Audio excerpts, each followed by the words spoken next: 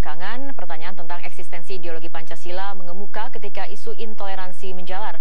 Ungkapan-ungkapan rasialis dan tindakan intoleransi terlihat jelas ketika momen-momen pemilihan kepala daerah. Dan di studio saat ini telah hadir sejarawan LIPI, Bapak Asfi Warman Adam yang akan membahas mengenai dialog kita hari ini mengenai menjaga marwah Pancasila. Selamat sore Pak Asfi. Selamat sore. Oke Pak Asfi, menurut Anda apakah dasar negara Pancasila saat ini dalam kondisi terancam?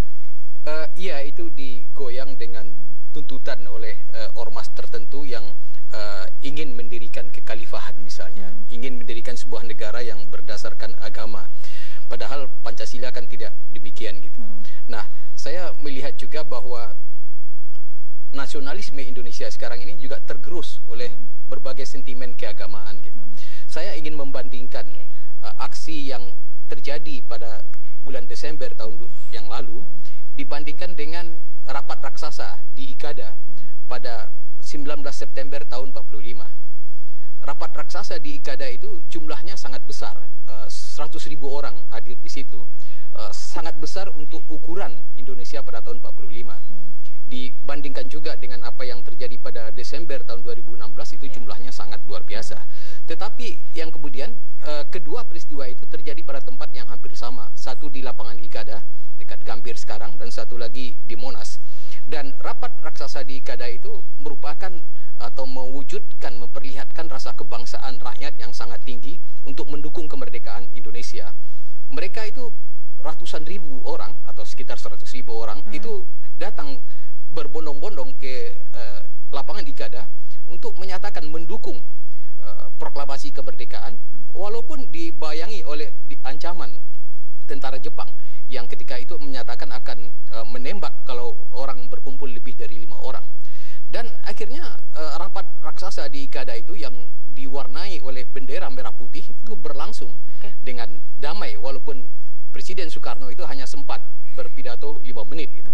Di dalam pidatonya Presiden mengatakan bahwa biarlah dada kami disobek-sobek, tetapi kami akan tetap mempertahankan proklamasi kemerdekaan. Dan kemudian beliau meminta supaya rakyat itu pulang dengan tertib. Jadi dibandingkan dengan kondisi kekinian seperti apa? Nah, dibandingkan dengan apa yang terjadi sekarang ini, saya melihat rasa kebangsaan itu tidak menjadi alasan gitu. Yang lebih kentara itu adalah sentimen keagamaan, karena aksi itu dikaitkan dengan apa yang disebut dengan penistaan agama gitu. Jadi di situ saya melihat perbedaannya. Dan yang kedua juga, kalau kita bandingkan misalnya Istiqlal yang dulu dibangun oleh Soekarno itu untuk menciptakan kebanggaan bagi mayoritas umat Islam. Ada satu masjid yang terbesar di Asia Tenggara, tetapi juga sebagai simbol kerukunan beragama karena masjid itu ditempatkan di sebelah katedral gitu. Tetapi di sisi yang lain, saya melihat seperti fungsi masjid itu sekarang bukan hanya pusat ibadah, tetapi juga sudah bergeser menjadi titik kumpul untuk melakukan demonstrasi gitu. Jadi ada perubahan juga di situ. Baik Pak Asfi, kembali ke sejarah. Ini kan Indonesia sebetulnya lahir atas kesepakatan dan perjanjian semua elemen bangsa. Tidak ada satupun yang tertinggal seperti itu ya. Kalau misalnya kita lihat dari kondisi sekarang, apakah kemudian hal ini menjadi tidak relevan ataupun tidak terjadi di kondisi saat ini ketika kemudian dulu adalah perjanjian semua elemen bangsa, kesepakatan elemen bangsa untuk semuanya. Untuk kondisi sekarang seperti apa? Ya, itulah yang disayangkan bahwa pada tahun 45 itu pemimpin kita sudah sepakat gitu untuk menjadikan Pancasila itu sebagai dasar negara. Bahkan ketika itu ada perdebatan apakah ada 7 kata itu, tetapi kemudian disetujui bahwa yang menjadi dasar itu adalah ketuhanan yang Maha Esa. Apa yang disepakati pada bulan Agustus tahun 45 itu seyogianya tidak dirubah lagi ya, tidak digoyahkan lagi, bahwa Pancasila itu dasar negara kita, pemersatu bangsa kita, tidak diganti dengan dasar yang lain gitu. Oke, tapi kalau bisa kita lihat dari eksistensi Pancasila saat ini, dari nilai-nilainya sendiri kan kemudian memang mulai tergerus. Kemudian apakah ini ada keteledoran ataupun kelalaian dari pemerintah sendiri untuk kemudian mensosialisasikan bagaimana nilai-nilai Pancasila dalam kehidupan berbangsa bernegara, atau bagaimana menurut Anda? Iya, kita tahu bahwa pada masa Orde Baru ya, Pancasila itu disosialisasikan dengan semacam hafalan dengan cara-cara yang kurang tepat ya. Sekarang cara itu harus dirubah, tetapi yang di sisi yang lain, pemerintah juga harus tegas terhadap kelompok-kelompok yang menyatakan organisasi itu harus dibubarkan, dan ataupun juga kalau ada pejabat yang memberikan peluang kepada berdirinya organisasi itu, pejabat itu harus disingkirkan gitu menurut pandangan saya.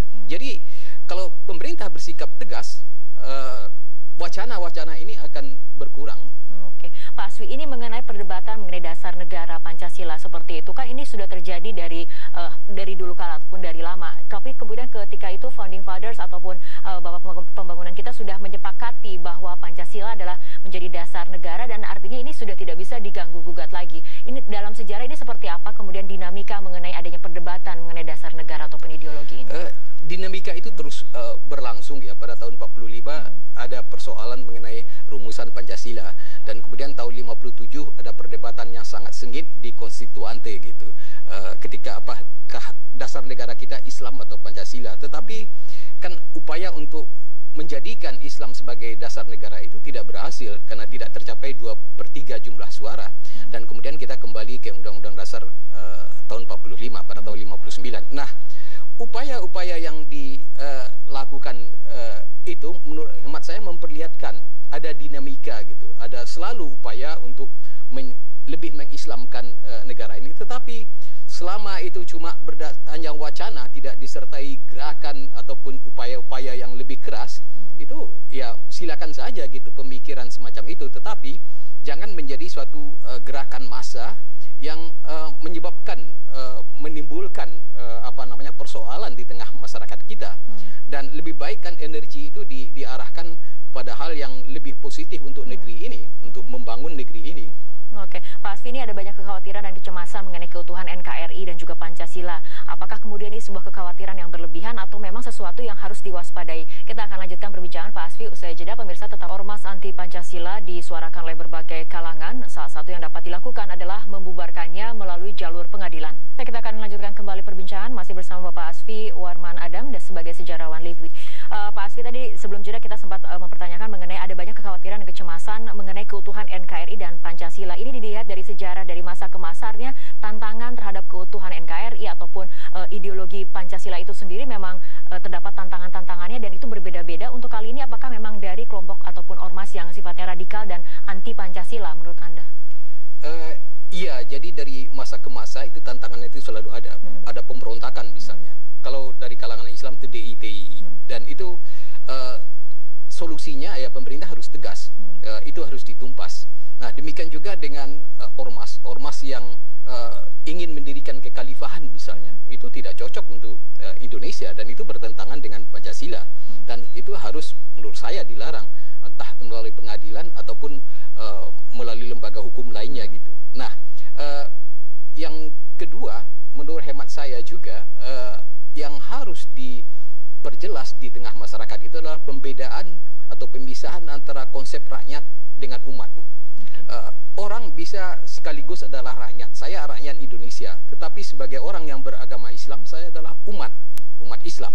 Nah, saya tidak seharusnya mempertentangkan kedua konsep itu. Saya harus tahu kapan saya berperan sebagai rakyat dan sebagai umat.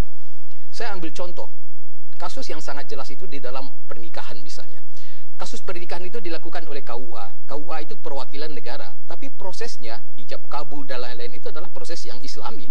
Nah, orang yang melakukan itu artinya dia menjalankan perannya sebagai rakyat dan tapi juga sebagai umat gitu. Dan peran itu harus harmonis dan tidak boleh ada pertentangan antara keduanya gitu. Oke, untuk pemerintah sendiri ketegasan seperti apa seharusnya yang diambil oleh pemerintah untuk tidak hanya kemudian jangka pendek, tapi ini harus ada langkah strategis jangka menengah dan juga jangka panjang. Jangka panjang secara strategis harusnya bahwa ormas itu hanya mempunyai asas tunggal Pancasila. Jangan diberi kesempatan lagi untuk mempunyai asas yang lain gitu. Itu yang pertama. Lalu yang kedua, ormas-ormas yang dengan tegas itu menolak Pancasila, ingin menciptakan negara Islam misalnya, itu harus dilarang oleh pemerintah. Oke, artinya kemudian Anda setuju jika ketegasan pemerintah untuk membubarkan ormas yang memang diduga adalah anti Pancasila ini memang perlu ketegasan dari pemerintah untuk langsung dibubarkan seperti itu? Iya perlu, kalau tidak masalahnya akan berkepanjangan terus gitu. Jadi pemerintah harus tegas dan cepat. Kalau misalnya ini kemudian pemerintah tidak tegas, karena wacana mengenai pembubaran ormas anti Pancasila ataupun ormas radikal ini kan sempat digaungkan beberapa kali, tapi kemudian kita lihat realisasinya masih hanya sebatas wacana-wacana dan wacana. Menurut Anda apakah ketegasannya harus diambil sekarang? Harus diambil sekarang. Kenapa? Karena wacana ini akan bergulir terus dan menurut hemat saya tidak lagi murni karena digunakan untuk kepentingan politik, misalnya pilkada ataupun pilpres tahun 2019. Jadi oleh sebab itu pemerintah dari sekarang itu harus tegas gitu supaya pilkada dan pilpres itu juga tidak diwarnai dengan sara dan hal-hal yang semacam itu. Oke, singkat saja Pak Asfi, itu kan mengenai ormas yang sifatnya anti Pancasila, tapi bagaimana cara ataupun langkah kita untuk menjaga marwah Pancasila itu sendiri? Ya tentunya ya kita perlu mensosialisasikan Pancasila itu tidak dengan cara seperti pada masa Orde Baru ya. Saya kira melalui pendidikan itu perlu dilakukan walaupun dengan model-model yang berbeda dengan secara ideologis dan sebagainya gitu. Itu harus dilakukan terlepas dari apakah perlu ada badan khusus untuk itu, tetapi sosialisasi Pancasila itu terus dijalankan menurut pandangan saya. Oke, baik Pak Asfi, terima kasih telah